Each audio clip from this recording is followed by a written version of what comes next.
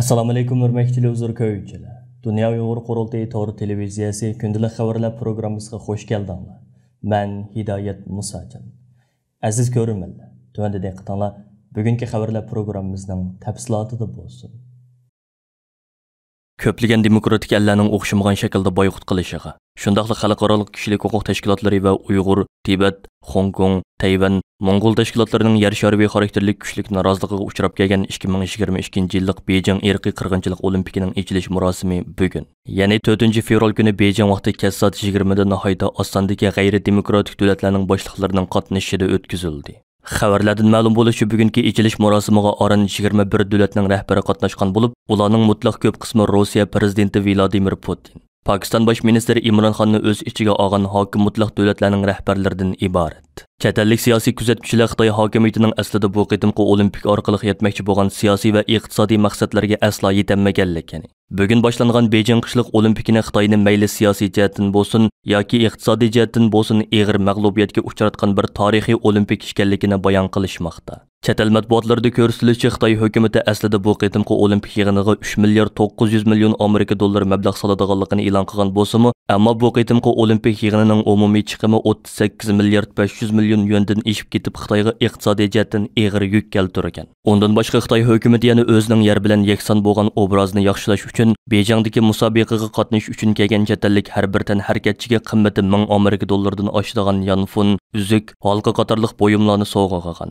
Xitoy tashqi ishlar bayonotchisi Hua Chunyingning e'lon qilgan tizimligiga qaraganda, bugun boshlangan Beijing olimpik musobaqasiga davlat rahbarlarini avatgan davlatlar Rossiya bilan Pokistondan sirt Qozog'iston, Qirg'iziston, O'zbekiston, Turkmaniston, Tojikiston, Saudiya Arabiston, Qatar, Misr, Kamboja va Serbiya qatorliq davlatlarni o'z ichiga oladi ekan. Texmo kulkilik yeri olimpikni siyosiylashtirmaslikni eg'izdan tushamay kelgan Xitoy hokimiyatining atalmish milliy bo'lgunchilikka qarshi turishda xizmat ko'rsatganligi uchun Xitoy raisi Xi Jinping tarafidan 1-iyul oliy medali bilan mukofotlangan G'ulji noyasi 10 yesi Boloqay kentining partikum sekretari Mamatjon Ömerning Beijing qishliq olimpik mash'ilini ko'targuvchilarning biri qilib belgilanganligi chet el matbuotlarining qiziq temasiga aylandi. Xitoyning atalmish Xinjiang gazetining xabaridan qaraganda, Beijing qishliq olimpik tanharakat musobaqasining mash'al yetkazish faoliyatida 1200 mash'al yetkazuvchi bo'lib, Mamatjon Ömer 2-fevral kuni tushdan keyin soat 1 atrofida mash'al ko'tarib yugurgan. Holbuki asosan tantarbiya sohasida ko'zga ko'ringan va to'hfa qo'shgan kishilardan tarkib topgan mash'alchilar orasidagi bu Uyg'ur mash'alchining bo'lsa, tantarbiya sohasi bilan qilchilik aloqasi bo'lmagan. Aksicha Xitoy hukumatining Uyg'urlarga qaratgan bostirishida aktiv rol olgan kishi bo'lishi kuzatuvchilarning kuchli diqqatini qo'zg'agan nuqtalarning biri bo'ldi. Washington Post gazetining 2-fevral kunidagi xabarida eng oz ishga g'arb davlatining tanharakatchilar komandasining Uyg'ur irqiy qirg'inchiligi sababli Beijingdagi musobaqaning ochilish va yepilish murosimini boyqut qilishga tayyorlanayotganligini bayon qilingan edi. Xitoy hukumati Beijing qishliq olimpik yig'inini diplomatik boyqut qilish qarori olmagan Germaniya hukumatidan nihoyatda umidlangan edi. Kishilik huquq tashkilotlari tarafidan Xitoy parastlik bilan ayblanib kelgan Germaniyaning yangi bosh ministri Olaf Scholz apandi olimpik yig'iniga 2 kun qolganda tuyuqsizla bayonot e'lon qilib, o'zining bu qitimqi Beijing qishliq olimpik yig'iniga qatnashmaydiganligini jakarlash orqali Xitoyga diplomatiya jihatdan og'ir bir zarba urdi. Ondan burunmu Germaniya tashqi ishlar ministri Annalena Baerbock xonim bilan ichki ishlar ministri Nanki Faeser xonim o'xshash kunda bayonot e'lon qilib, o'zlarining Beijing qishliq olimpikiga qatnashmaydiganligini bildirgan. Ondan boshqa 4-fevral kuni Germaniya matbuotlarida Dunyo Uyg'ur qurultayining raisi Dolqun Aysa Beijing olimpiki mohiyatda bir irqiy qirg'inchilik o'yini deb ko'rsatdi sarlavhalik cho'ng hajmlik ziyorat xotirasi e'lon qilindi va mazkur maqolda Dolqun Aysa apandining bayonlari orqali Xitoyning Uyg'urlarga yurgizayotgan qirg'inchilik siyosati qayta yo'ritib berildi.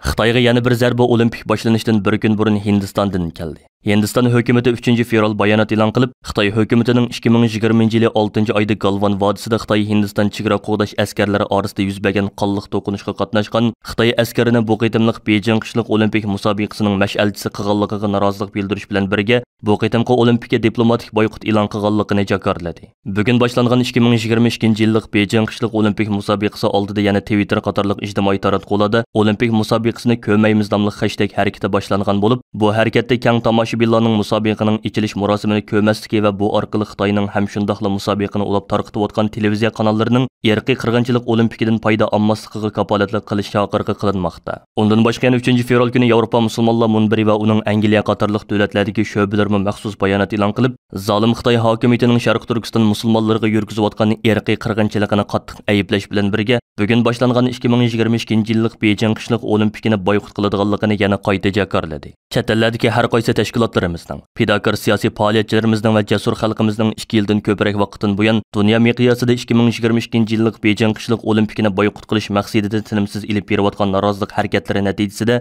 bugun Beijing qishliq olimpikini boyqut qilish harakati xalqaroliq zo'r bir harakatga aylandi. Xalqaro sahnalarda Uyg'ur irqiy qirg'inchiligi bilan Beijing qishliq olimpiki birga talaffuz qilinadigan holga keldi. Dünya Uyg'ur qurultiyi, Tibet va boshqa kishilik huquq tashkilotlari tomonidan bundan 2 yil burun qurib chiqilgan 2022 yillik Beijing qishliq olimpikini boyqut qilish ittifoqiga qatnashgan xalqaro tashkilotlarning soni uzluksiz ko'payib, bugun 200 dan oshib ketdi. Beijing qishliq olimpikini dunyo miqyosida boyqut qilish harakati Uyg'ur irqiy qirg'inchiligi masalasining xalqaroda texmo yuqori pallaga ko'tarilishiga vasila bo'ldi.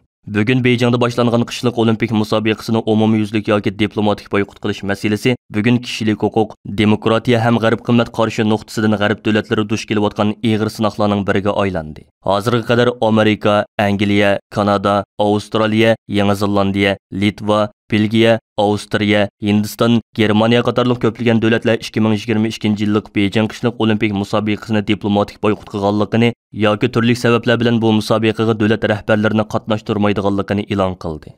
Dunyoga tonilgan chet ellik ba'zi haqiqatparvar tanharakatchilarmi mardonalik bilan o'ttirga chiqib, Xitoyning Uyg'urlar ustidan yurgizayotgan irqiy qirg'inchiligini qattiq ayblashga boshladi. Mana bu natijalar chet ellardagi Uyg'ur tashkilotlarimizning va fidokor xalqimizning issiq sovuqqa, yeri charchashga qaramay 2 yildan ko'proq vaqtdan buyon uzluksiz ilib berayotgan norozilik harakatlarining bevosita mahsulidan iborat. Beijing qishliq olimpiki boshlanish haripsida xalqaro kishilik huquq tashkilotlari va Uyg'ur, Tibet, Hong Kong, Tayvan, Mongol tashkilotlarining mazkur olimpikni boyqut qilish uchun dunyo miqyosida boshlatgan norozilik harakatlari yuqori pallaga chiqdi. 3 fevral kuni kechda Angliyadagi Uyg'ur, Tibet va Hong Kong tashkilotlarining uyushtirishi bilan Londondagi Piccadilly maydonida zo'r ko'lamli birlashma namoyishi o'tkazildi.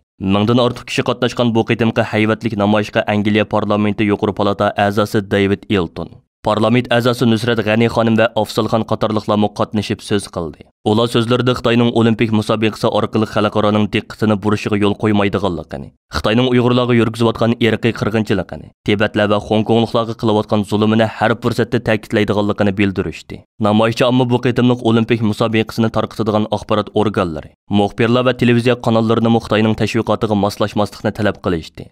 Maydonga yig'ilgan minglagan namoyishchi Beijing hukumatiga bu fursatni yoritib bergan xalqaro olimpik komitetini qattiq ayblab shu orada olashdi. 3 fevral kuni Washington shahridagi kommunizm qurbonlari xotira fondining boshlamchiligida Dunyo Uyg'ur qurultiyi, Uyg'ur harakati tashkiloti, Amerika Uyg'ur birlashmasi, Uyg'ur kishilik huquq qurilishi, Hong Kongning kuzatish tashkiloti, xalqaro Tibet harakati qatorliq 10 necha tashkilot birlashib, qirg'inchilikning ijrochisi bo'lgan Xitoy hukumatining bu qitimliq qishliq olimpik musobaqasiga sohibxonlik qilishiga qarshi birlashma namoyish o'tkazdi. Amerika Davlat Majlisining oldidagi keng maydonda o'tkazilgan bu qitimqi namoyishda so'z qilgan kommunizm qurbonlari xotira fondining raisi, Amerika hukumatining Birlashgan Davlatlar tashkilotiga avatilgan sobiq bosh elchisi Andrew Berenberg bu qitimqi olimpik musobaqasida eng gavdalik bo'lgan bir masala sifatida olimpik ruhi va olimpikning adoqiy nishonining Beijingda oshkora holda dafsanda bo'lganligini, olimpik musobaqasining Xitoyda o'zgarish paydo qilishning o'rniga Xitoyning olimpik musobaqasining xarakterini o'zgartirib etganligini, dunyo xalqi oshkora holda qirg'inchilikni ayblayotganda xalqaro olimpik komitetining bu reallikni ko'rmasga silib qirg'inchilikqa yana bir qitim yo'l qo'yganligini aybladi. Shundaqla Birlashgan Davlatlar tashkiloti bosh kotibi Antonio Guterresning bu qitimqi musobaqada qo'rchoq qilib o'ynalganligi,